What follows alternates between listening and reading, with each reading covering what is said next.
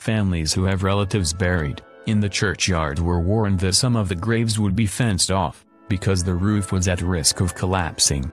The Middleton sisters were both christened at St. Andrew's Church in Bradfield, Berks.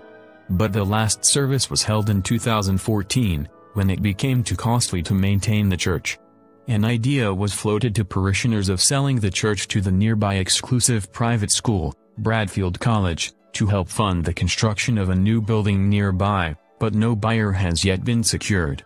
It was marketed online for more than £500,000 earlier this year. One resident said at a meeting over the future of the church, "I think it's quite upsetting that word got out that the church was on Rightmove, then removed, and then put back on again. That's really not nice when you live down here." Residents were angered by the news the churchyard would be closed until a buyer was secured, as many of them would not be able to visit their families' graves. One said, "It has caused a lot of upset, and now it could be 3 years that we can't see the graves." Petronella Spivey said the roof was in an incredibly precarious condition, and in danger of the whole lot of tiles falling off the building. She said, "Fencing would be put up to keep people safe and away from danger. Once the church is closed there will be no going behind the fence.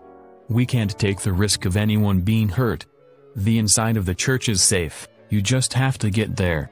Spivey added the fencing would be sold to any potential buyer, and it would be their decision whether or not to keep it.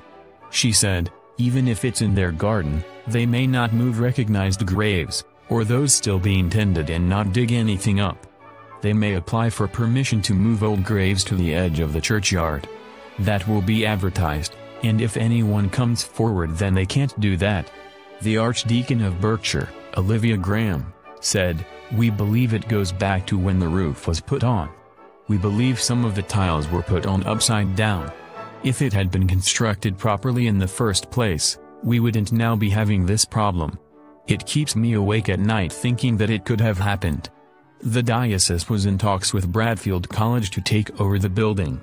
Bursar of the college, Paddy Burrows, said, "At the moment our view is we want to do what works best for the community and the church.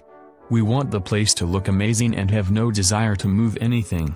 St. Andrew's Church was built in the 14th century, but was extensively remodeled into the French Gothic style it stands, as today by noted architect George Gilbert Scott, in the 19th century.